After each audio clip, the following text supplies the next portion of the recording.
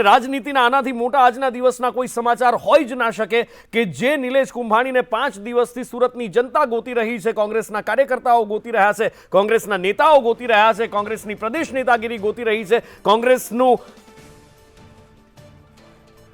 હેડ command ગોતી રહ્યું છે, એ નિલેશ કુંભાણી આખરે 5 દિવસ બાદ વિડીયોના માધ્યમથી સામે આવ્યા છે અને કોંગ્રેસના નેતાઓ પર આરોપ લગાવી રહ્યા છે અને પોતાને બિલકુલ બેદાગ, બિલકુલ સાફ અને કોંગ્રેસના વફાદાર સૈનિક ગણાવી રહ્યા છે. કોંગ્રેસના નેતાઓ પર આકરા પ્રહાર કર્યા છે તેમણે કે ભારતીય જનતા પાર્ટીમાં જોડાયા છે. એમણે એમ કહ્યું છે કે ભારતીય જનતા પાર્ટીમાં હું ક્યારેય જોડાઈશ નહીં, હું કોંગ્રેસની સાથે છું, વફાદાર છું, વગેરે વગેરે વાત કરી છે. પણ સૌથી છેલ્લે સુધી જેમના સંપર્કમાં હતા નિલેશ કુંભાણી એ BM માંગુકિયા, સિનિયર વકીલ, કોંગ્રેસના સિનિયર નેતા આપણી સાથે જોડાયા છે. બાબુભાઈ, આપનું સ્વાગત છે સંદેશ ન્યૂઝમાં. બાબુભાઈ, નિલેશ કુંભાણી એમ કહે છે કે ભાઈ હું તો હજી પણ વફાદાર છું, કોઈ જ વાંધો નથી. છેલ્લે સુધી આપના સંપર્કમાં હતા. મને યાદ છે 21 તારીખે કલેક્ટર કચેરી આપે કહ્યું હતું કે થોડી વારમાં નિલેશને હું હમણાં લઈને આવું છું કલાકમાં, પણ એ પછી આ 6ઠ્ઠા દિવસે વિડીયોમાં એ સામે આવ્યા છે. નિલેશ જ્યારે અમે છૂટા પડ્યા કલેક્ટર કચેરી પછી એ પાછળ દરવાજેથી જતા રહ્યા પછી મારા સંપર્કમાં 2 થી 3 વખત આવ્યા છે અને છેલ્લે રાત્રે એ જ દિવસે રવિવારે રાત્રે મને એમ કીધું કે તમે અમદાવાદ જતા રહો, હું તમારી પાછળ જ આવું છું અને આપણે હાઈકોર્ટમાં રીટ કરવાની છે અને આપણે આ જે રીતે ઘટના ઘટી છે એને કોઈ પણ હિસાબે સ્વીકારી ના શકાય. ત્યારે મને અંદર ખાનેથી એવું હતું કે નિલેશભાઈ છે એ આટલી હદે તો ભાગી નહીં જાય અને પોતાની જાતને જે સ્થિતિમાં મૂકી છે એમાંથી એમ કેમ પાછા આવશે અને પોતાનો બોનાફાઇડ છે, એનો ઈરાદો છે એ સ્વચ્છ છે અને એ પોતે એમાંથી એમખેમ બહાર આવશે. પણ જે રીતે ઘટનાઓ ઘટીને જે રીતે નિલેશભાઈ અમારાથી છુપાયા છે અથવા અમારા કોન્ટેક્ટમાં નથી, ધારો કે હું, શક્તિભાઈ અને બીજા અનેક કોંગ્રેસના નેતાઓ એમને ફેસ ટાઈમ ઉપર ઓડિયો કરીએ છીએ, એ અમારા સંપર્કમાં આવે કંઈક કે અને પછી ગુમ થઈ જાય અને છેલ્લા 5 દિવસથી તો અમારા સંપર્કમાં ક્યાંય પણ આવતા નથી. હવે નિલેશભાઈ, તમે સ્વચ્છ છો, તમે કોંગ્રેસના સંપૂર્ણપણે વફાદાર કાર્યકર છો એવો તમારો દાવો છે, તો તમારે આ વિડીયો મારફતે પબ્લિકના કોન્ટેક્ટથી, પબ્લિક મીડિયાથી તમારે કોંગ્રેસનો કોન્ટેક્ટ કરવાની કેમ જરૂર પડી? તમે આવો, અમે તમારી રાહ જ જોઈએ છે અને તમે જે રીતે ઘટના ઘટી છે એમાં તમારો કોઈ જગ્યાએ વાંક નથી તો નથી, પણ સાબિત તો કરો. તમે જ્યાં સુધી તમારી જાતની સફાઈ નહીં આપો અને તમે એમ કહો કે જે ઘટના ઘટી છે એમાં તમે કોઈ પણ હિસાબે જવાબદાર નથી, તો તમે એ સાબિત કરશો ને કે હું જવાબદાર નથી. જવાબદાર નથી એટલું કહેવાથી જવાબદારીમાંથી છટકી ન શકાય. તમારે જવાબદાર નથી તો તમારે એના માટેના જે ઘટનાક્રમ ઘટ્યો છે, તમારા સગા બનીએ તમારે દૂર જતા રહ્યા, તમારા પાર્ટનર છે જે તમારા ધંધાકીય રીતે વર્ષોથી તમારી સાથે સંકળાયેલા છે એ પણ તમારાથી દૂર જતા રહે, તમારા ખાસ રાજકીય જે ટેકેદારો છે એ ટેકેદારો પણ તમારાથી દૂર જતા રહે અને તમને એમ કહે કે તમે તમારા ફોર્મમાં સહી જ નથી કરી. જયારે તમે સોગંદ ઉપર એવું કહો છો, કલેક્ટર સમક્ષ હાજર થઈને એમ કહે છે કે આ 4 ઠેકેદારોએ અમારી હાજરીમાં એમણે સહી કરી છે અને પછી એક વાત એવી આવે છે કે આ 4 જણાએ જાણી જોઈને પોતાની સહીઓ ખોટી કરી છે. સહી સાચી કરી છે કે ખોટી કરી છે એ કોઈ સહી નથી કરવાની ઘટના નથી. એ એક પ્રકારના અક્ષરે સહી કરે કે બીજા પ્રકારના કરે કે 10 પ્રકારના અક્ષરો કરો, ખરેખર તેના અક્ષરમાં પોતાની સહી છે કે નહીં? નામ તો પોતાનું જ લખ્યું છે, બીજા કોઈનું નામ તો લખાયું નથી. તો આટલી બધી સહીઓ કરવાની છે, અમારી જો સહીઓ મેળ કરવાની સહીઓ ભેગી ન થાય. હા, એટલે સહીના નમૂના પણ જો જોઈએ તો બાબુભાઈ આપ જે કહી રહ્યા છો એ પ્રમાણે ઘણા બધા મળતા આવે છે, પણ એ તો FSL નો કાયદાનો વિષય છે. પણ બીજો એક સવાલ તમને મારે એ કરવાનો થાય કે તમારી મહેનત ઉપર બધા પાણી ફેરવી જાય છે. ન માત્ર કુંભાણી, તમે કેટલી મહેનત કરી, પોલીસ સ્ટેશનના દોડા કર્યા, આ કર્યું તે કર્યું, તરત દોડીને સુરત પહોંચી ગયા, કુંભાણીએ પાણી ફેરવી દીધું, અલ્પેશ માટે તમે કેટલું લડ્યા, ધાર્મિક માટે તમે કેટલું લડ્યા, હાર્દિક માટે તમે કેટલું લડ્યા, આ બધા તમારી મહેનત પર પાણી ફેરવી જાય છે. પણ આ બધાની વચ્ચે એક એવું દેખાય છે કે કોમન ફેક્ટર છે અલ્પેશ અને માલવિયાનું, ધાર્મિકનું આપ છોડી ભારતીય જનતા પાર્ટીમાં આવતીકાલે જોડાવવું, એની સાથે સાથે એક પાટીદાર ધારાસભ્ય હોવા જે આંદોલનની અંદર મુખ્ય ચહેરો, અને એના પછી પાટીદાર બેકગ્રાઉન્ડ ધરાવતા જ, પાસ બેકગ્રાઉન્ડ ધરાવતા જ નિલેશ કુંભાણીનું આ રીતે આ બધું કરવું, શું લાગે છે ક્યાંક ને ક્યાંક અંદર તાર જોડાયેલા છે? જો અત્યારના જે સંજોગોમાં છે ને, જે ઘટનાઓ ઘટી રહી છે અને જે રીતે રાજકીય પારદર્શિકતા દેખાઈ રહી છે, એમાંથી ઘણા બધા ફેક્ટરો છે જે લોકોને ક્યાંક મજબૂરીથી, ક્યાંક પોતાના લસથી, પોતાની મહત્વકાંક્ષાથી, ક્યાંક બીજા એવા ઘટકો હોય છે કે જે પોતે પોતાનો સ્વતંત્ર નિર્ણય લઈ શકવા શક્તિમાન નથી રહ્યા અને એને કારણે આ ઘટનાઓ ઘટી છે. આ હાર્દિકને છેલ્લે મેં મારી ઓફિસમાં 8 દિવસ મારી ચેમ્બરમાં સુવડાવીને એની જાન ઉપરનું જોખમ હતું. અમારી આજુબાજુ 200 પોલીસનો કાફલો ફરતો હતો. એમ છતાં એનાથી અમે વિચલિત નહોતા થતા. પણ એ જ હાર્દિકે એમ કીધું મારે માંગુ કે વકીલ ન ચાલે. હવે એ તો એક ઈશ્વરી ક્રમ છે. મારે તો મારું કામ કરવાનું છે, એનાથી મને ફળની બહુ આશા નથી.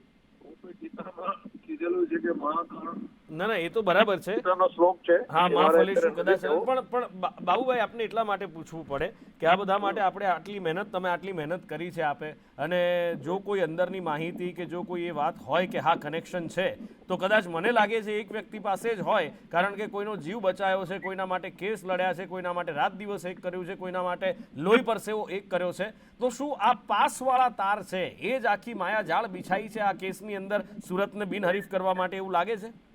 અત્યારે એ જે ઘટનાના ક્રમો છે એમાં તો એવું લાગતું નથી. કદાચ આ બધા સમય સંજોગો એવા હોઈ શકે કે એક સાથે બન્યું છે. એટલે જે આપણે જૂની કહેવત છે ને કે કાગડાને બેસવું ને દાળનું પડવું, એટલે કાગડો પોતે પ્રેમ ન કરીએ. પણ બાબુભાઈ, જ્યારે થાય ને ત્યારે કાગડો બેસે ને દાળ પડે જ છે. ગુજરાતની રાજનીતિની અંદર આ બહુ કોમન થયું છે કે આવા સંયોગો બને અને ત્યારે જ આવું થતું હોય છે. આપણે થાય છે, ઘટનાક્રમ સાચી છે, પણ એને બંનેની સાથે ગંઠિત કરવી કે આ જ કારણે થયું છે, એ જ્યાં સુધી આપણી પાસે કોઈ કોન્ક્રીટ માહિતી ન હોય ત્યાં સુધી કરવી મારા માટે એક સિનિયર વકીલ તરીકે કે એક પોલિટિશિયન તરીકે મને યોગ્ય નથી લાગતું. બિલકુલ બિલકુલ બિલકુલ. બાબુભાઈ, ધન્યવાદ આપનો સંદેશ ન્યૂઝ માટે આપે સમય ફાળવ્યો, અમારી સાથે વાતચીત કરી. અતુલ પટેલ અમારી સાથે જોડાયા છે. અતુલ પટેલ પણ એક સમયે આ બધા જ પાસના જે નેતાઓ છે અથવા કાર્યકર્તાઓ છે અથવા તો અત્યારે જે અલગ અલગ પાર્ટીની અંદર નેતાઓ બની ગયા છે, એમની સાથેના જ અતુલ પટેલ એક છે. અતુલભાઈ, કુંભાણીનો આ દ્રોહ છે, કુંભાણી ગદ્દાર છે એવું કોંગ્રેસ કહી રહી છે, કોંગ્રેસના નેતાઓ ગદ્દાર છે એવું કુંભાણી કહી રહ્યા છે, ને આ બાજુ આપના જૂના સાથીઓ જે આમ આદમી પાર્ટીમાં ગયા ને હવે ભારતીય જનતા પાર્ટીમાં.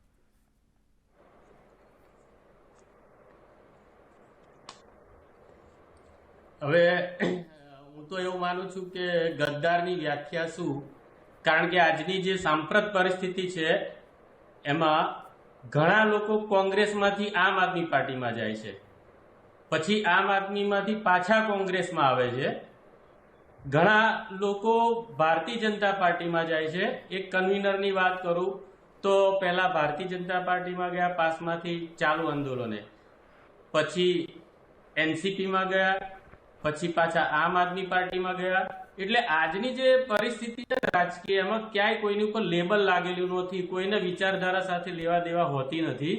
સગવડિયો ધર્મ દરેક જણ અપનાવી રહ્યા છે કે એમ લાગે કે ભાઈ અહીંયા કોંગ્રેસમાં દૂર દૂર સુધી સત્તા આવે એવું લાગતું નથી, સત્તાનો મીઠો લાડુ ચાખવા મળે એવો નથી. એટલે કોંગ્રેસથી ડાયવર્જન લઈને મોટા ભાગના લોકો થઈ ગયા છે. હું પોતે આ રિયાલિટી કોંગ્રેસનો સત્તા પણ કહું કે દૂર દૂર સુધી સત્તા એવું નથી લાગતું, અને સત્તા કઈ રમતમાં લડવું પડે માટે મરણનો જંગ ભેગા થઈને કરવો પડે, સત્તા કેમ આવે. તો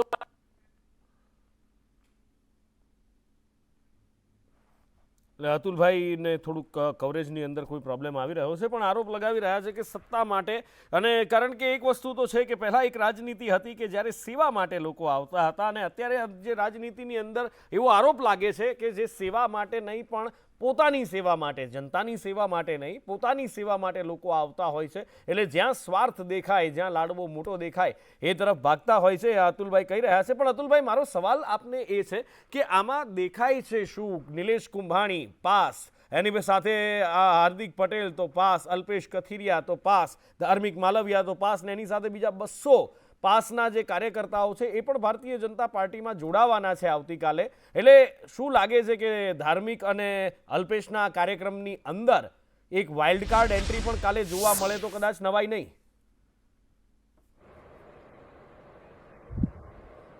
હવે હું તમને કહું કે નુપુર, આજની પરિસ્થિતિ પ્રમાણે દરેકને છે ને પહેલા જેવી વાત નથી. પહેલા એવું હતું, સ્ટેબિલિટી હતી, બધામાં રાહ જોવાની હતી. એટલે આજે કોઈને રાહ જોવી નથી. મારો સવાલ અતુલભાઈ, લાડવો લઈ લેવો છે. બીજું કે દરેક વ્યક્તિ જ્યાં જાય, પણ હું તો એમ માનું કે જે પાર્ટીમાં આવતીકાલે મારો તાત્પર્ય પાર્ટીના એ છે કે wild card entry Alpesh Kathiria અને ધાર્મિક તો જોડાય જ છે. વાઇલ્ડ કાર્ડ એન્ટ્રી તરીકે નિલેશ કુંભાણી પણ કદાચ સ્ટેજ ઉપર જોવા મળે, બની શકે એવું? જો બની શકે, હું તો એમ કહું કે કોઈ પણ ક્યારે પણ જોડાય. અર્જુન મોઢવાડિયા જેવા અર્જુન મોઢવાડિયા જોડાઈ શકતા હોય તો નિલેશ કુંભાણી તો કિસ ખેત કી મૂલી. એટલે નુપુર ગમે તે જોડાઈ શકે. આજે આપણે કોઈના ઉપર એ કહી શકતા નથી. મોટા મોટા નેતાઓ પણ જોડાઈ જતા હોય છે. બરાબર. અને સવાલ થવો સ્વાભાવિક છે કે કોંગ્રેસે ટિકિટ આપી, કોંગ્રેસે આટલો વિશ્વાસ વ્યક્ત કર્યો અને પછી આવીને હવે કોંગ્રેસના નેતાઓને જે ભાંડી રહ્યા છે કે કોઈ મારી સાથે નહોતું, કોઈ મને આવું કરતું હતું, આ લોકો મને આવું કરતા હતા. એટલે આ કુંભાણી શું કોઈ સ્ક્રિપ્ટ વાંચી રહ્યા છે કે પછી ખરેખરમાં બળાપો ઠાલવી રહ્યા છે? શું લાગે તમને? જો એમાં બે વસ્તુ હોઈ શકે. નિલેશભાઈ કુંભાણીને હું પર્સનલી પણ ઓળખું છું. હા, સ્વાભાવિક. એ વ્યક્તિ જ્યારે આંદોલન ચાલતું હતું અને વર્ષોથી એમણે સુરતમાં કોંગ્રેસના ઝંડા એમણે એમના ફાર્મ હાઉસ પર અને ઓફિસ ઉપર લગાવેલા હતા. આજે સુરતમાં એવી કોઈની તાકાત નથી કે કન્ટિન્યુ કોંગ્રેસના ઝંડા લગાવ્યા હોય અને કોંગ્રેસની ઓફિસ ચલાવી હોય. બીજી વાત, અનામત આંદોલનમાં પણ પાટીદાર સમાજ સાથે રહ્યા હતા નિલેશભાઈ કુંભાણી. હવે આજે અમને આવું કેમ બોલવું પડે છે?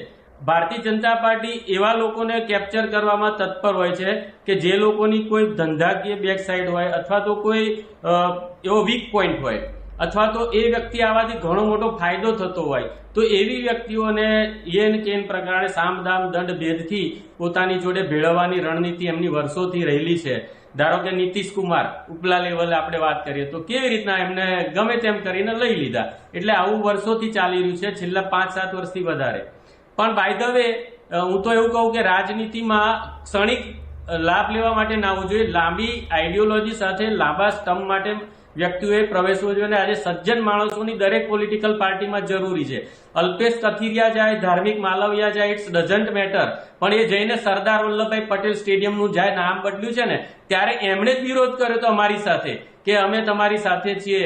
અતુલભાઈ વલસાડ પણ આવેલા, બારડોલી પણ આવેલા, અલ્પેશભાઈ ને બધા. તો પછી હવે એ લોકો સરદાર સાહેબનું નામ પાછું આવી જાય એવું કરે તો પાટીદાર સમાજ સંપર્ક તૂટી ગયો છે અતુલભાઈ સાથે. અમે સંપર્ક કરીશું, પણ દિનેશ બાંભણિયા અમારી સાથે જોડાયા છે. દિનેશભાઈ, આપ પણ જૂના સાથી નિલેશ કુંભાણીના, અને નિલેશ કુંભાણી આવીને આ રીતે વાત કરે જ્યારે એમ કહેતા હોય કે આમાં તો મને આવું કર્યું, વિક્ટિમ કાર્ડ રમવાનો પ્રયત્ન કરતા હોય, કોંગ્રેસ એમને ગદ્દાર ગણાવતી હોય, અને બીજા બે સાથી આપના ભારતીય જનતા પાર્ટીમાં 200 કાર્યકર્તાઓ સાથે જોડાવા જતા હોય, ત્યારે શું ચિત્ર કેવું દેખાય છે આ તમને?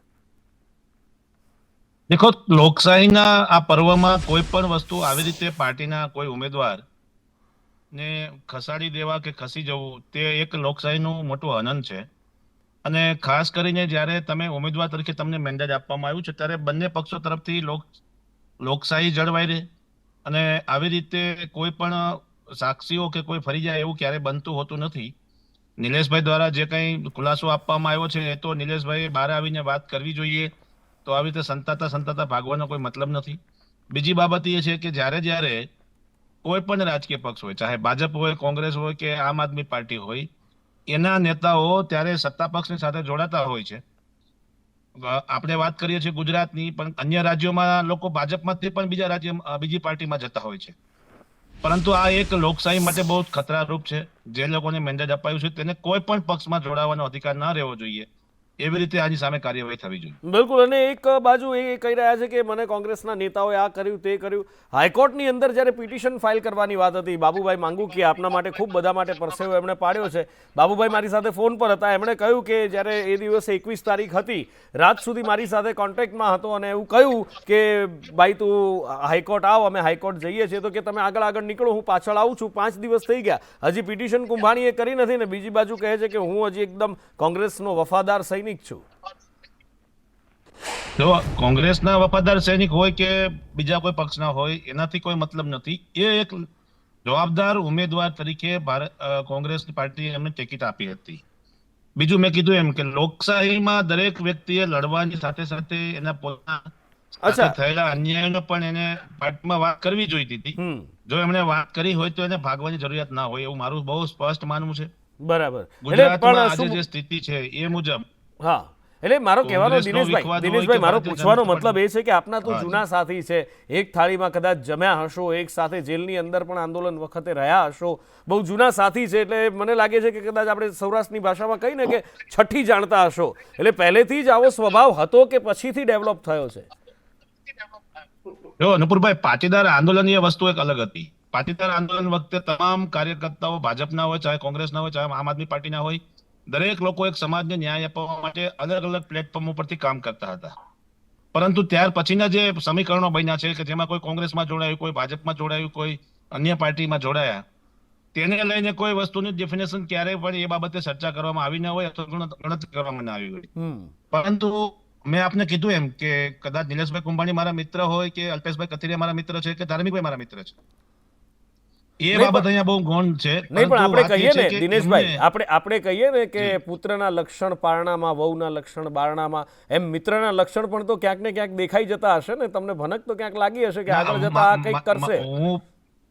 હું પોતે અવઢવમાં છું કે આવી વ્યક્તિઓ આટલી બધી ઝડપથી અને આટલા બધા ફેરફાર વાળા નિર્ણયો ક્યારે લઈ ના શકે, કારણ કે મેં એમની સાથે કામ કર્યું છે. હવે શું કામ લેવા પડ્યા છે, કયા કારણોસર લીધા છે, એ તો હવે લોકો આવે પછી જ ખ્યાલ આવે, અથવા એ લોકો પોતે જાતે ખુલાસા કરે તો કરી શકાય. ચલો પહેલા સામે તો આવે કે પાટીદાર આંદોલનના હા પહેલા સામે તો આવે, કારણ કે વિડીયો પોસ્ટ કર્યો છે ને એમાં પણ 3 તો કટ કરેલા છે, એટલે એ કટ મૂકેલા છે, એડિટ કરેલો આ વિડીયો મૂક્યો છે. પણ અતુલભાઈ, આ અત્યારે ભારતીય જનતા પાર્ટીની સ્ક્રિપ્ટ વાંચતા હોય એવા આરોપ તમે લગાવી રહ્યા છો, કોંગ્રેસના નેતાઓ પણ એવા આરોપ લગાવી રહ્યા છે. પણ શું એવું ના બની શકે કે કુંભાણીનું અંદરનું પણ આ દર્દ હોય અને બની શકે કાલના કાર્યક્રમમાં વાઇલ્ડ કાર્ડ એન્ટ્રી ના પણ થાય?